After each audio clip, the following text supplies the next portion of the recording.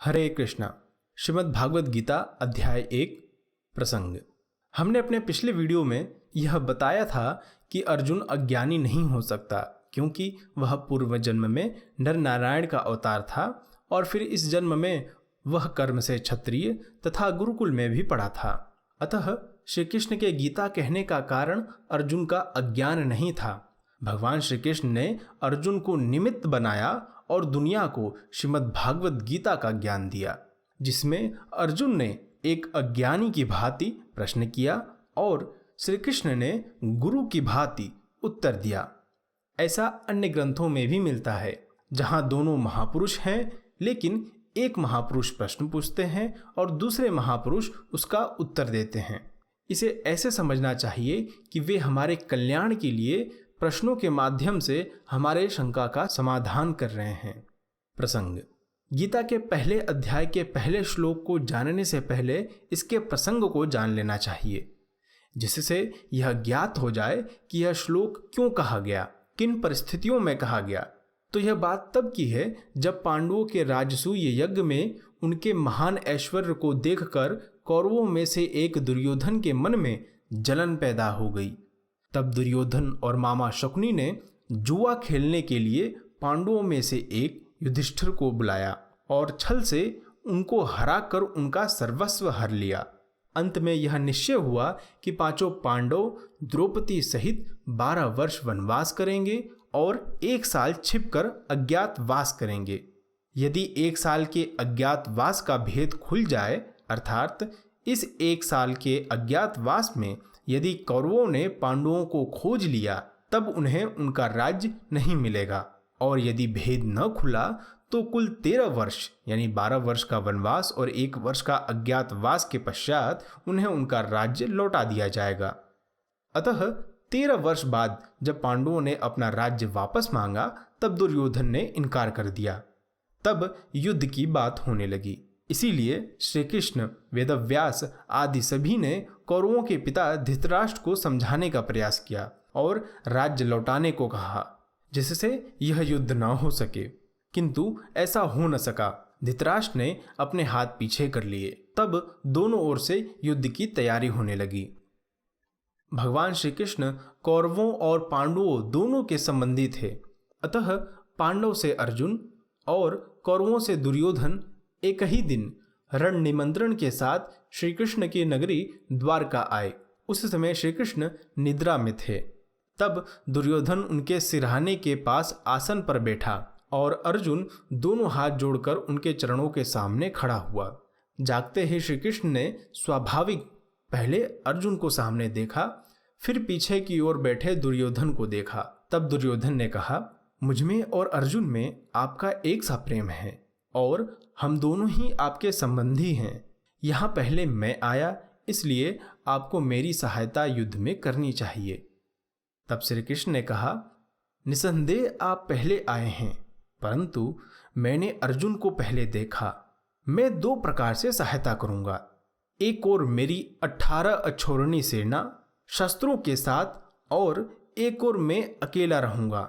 मैं शस्त्र का प्रयोग नहीं करूंगा।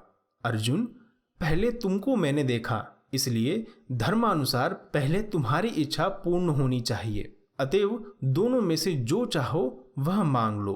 अर्जुन ने तब श्री कृष्ण को मांगा और दुर्योधन यह देखकर प्रसन्न हुआ और 18 अक्षौहिणी सेना शस्त्रों के साथ मांगी। तब श्री कृष्ण ने अर्जुन से पूछा, अर्जुन, जब मैं शस्त्र नहीं उठाऊंगा तो तुमने मुझको क्यों स्वीकार किया? अर्जुन ने कहा, भगवान, आप अकेले ही सबका नाश करने में समर्थ हैं, तब मैं सेना को लेकर क्या करता? तब भक्त वत्सल श्री कृष्ण ने अर्जुन के इच्छा अनुसार युद्ध के समय उनके रथ के घोड़े हाँकने का काम यानी सारथी बनना स्वीकार किया। श्री कृष्ण ने अंत तक इस युद्ध को रोकने का प्रयास किया। इसीलिए जब दोनों ओर सेना एकत्र हो चुकी थी, तब भी श्री कृष्ण स्वयं हस्तिनापुर जाकर दुर्योधन को समझाने की चेष्टा की, परंतु वो नहीं माना और कहा, मेरे जीते जी पांडव कदापि राज्य नहीं पा सकते।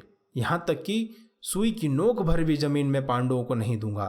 अतः पांडव न्याय उचित राज्य प्राप्त करने के लिए पांडवों ने अपना धर्म जानकर युद्ध का निश्चय किया। आमने सामने खड़ी हुई दोनों ओर सेनाओं को देखकर भूत, वर्तमान और भविष्य का ज्ञान रखने वाले, संपूर्ण वेद वेदताओं में भी श्रेष्ठ महर्षि भगवान व्यास जी, जो होने वाले भयंकर संग्राम के प्रभावी परिणाम को प्रत्यक्ष देख रहे थे, वे धृतराष्ट्र के पास आए। वेदव्यास जी ने उनसे एकांत में कहा, राजन, तुम्हारे पुत्रों तथा अन्य राजाओं का मृत्यु काल का समय आ पहुंचा है। वे संग्राम में एक दूसरे से भिड़कर मरने मारने को तैयार खड़े हैं। वे काल के अधीन होकर जब नष्ट होने लगेंगे, तब इसे काल का चक्र समझकर मन में शोक न करना। राजन, यदि संग्राम भूमि में इन सब की अवस्था तुम देखना चाहते हो तो मैं तुम्हें दिव्य नेत्र प्रदान करूं। बस फिर तुम यहाँ बैठे बैठे वहां होने वाले युद्ध का सारा दृश्य अपनी आंखों से देखोगे। तब धृतराष्ट्र ने कहा, मुझे अपने कुटुंबीजनों का वध देखना अच्छा नहीं लगता, परंतु आपके प्रभाव से इस युद्ध का सारा वृत्तांत सुन सकूं, ऐसी कृपा आप अवश्य कीजिए। तब वेदव्यास जी ने देखा कि धृतराष्ट्र युद्ध का दृश्य देखना नहीं चाहता, परंतु उसका पूरा समाचार सुनना चाहता है। अतः महर्षि वेदव्यास जी ने संजय को वर देते हुए कहा, राजन, यह संजय आपको इस युद्ध का सब समाचार बताएगा। संपूर्ण संग्राम भूमि में कोई ऐसी बात नहीं होगी जो इसके प्रत्यक्ष न हो। राजन, कोई भी बात प्रकट हो या अप्रकट, दिन में हो या रात में हो, संजय सब कुछ जान लेगा। महाभारत भीष्म पर्व के अध्याय 13 में यह वर्णित है कि जब संजय युद्ध भूमि से लौटकर धृतराष्ट्र के पास आए और पितामह भीष्म के युद्ध में मारे जाने का समाचार बताया, तब यह समाचार सुनकर धृतराष्ट्र को बहुत दुख हुआ। इसी के बाद धृतराष्ट्र ने विस्तार से युद्ध आरंभ से अब तक क्या क्या हुआ जानने के लिए संजय से कहा। यहीं से श्रीमद् भागवत गीता का पहला अध्याय आरंभ होता है। महाभारत भीष्म पर्व के 25वें अध्याय में गीता का आरंभ है। प्रथमो अध्यायः अर्जुन विषाद योगः। इस प्रथम अध्याय का नाम अर्जुन विषाद योग है। इसे अर्जुन विषाद योग नाम हमने नहीं दिया है, बल्कि यह महाभारत के पुष्पिका से लिया गया है। प्रत्येक अध्याय की समाप्ति में पुष्पिका दी जाती है। पुष्पिका अर्थात अध्याय के अंत में वह वाक्य जिसमें कहे हुए प्रसंग की समाप्ति सूचित की जाती है। यह आपको लगभग सभी ग्रंथों में मिलेगी और यह महाभारत के सभी अध्यायों में भी है।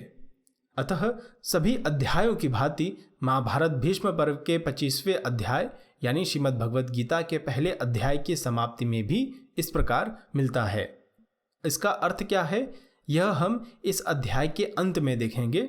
इस समय केवल इतना समझना है कि इस अध्याय का नाम जो अर्जुन विषाद योगः है, यह इसकी पुष्पिका से लिया गया है जिसे वेदव्यास जी ने लिखा है। अस्तु। हरे कृष्णा।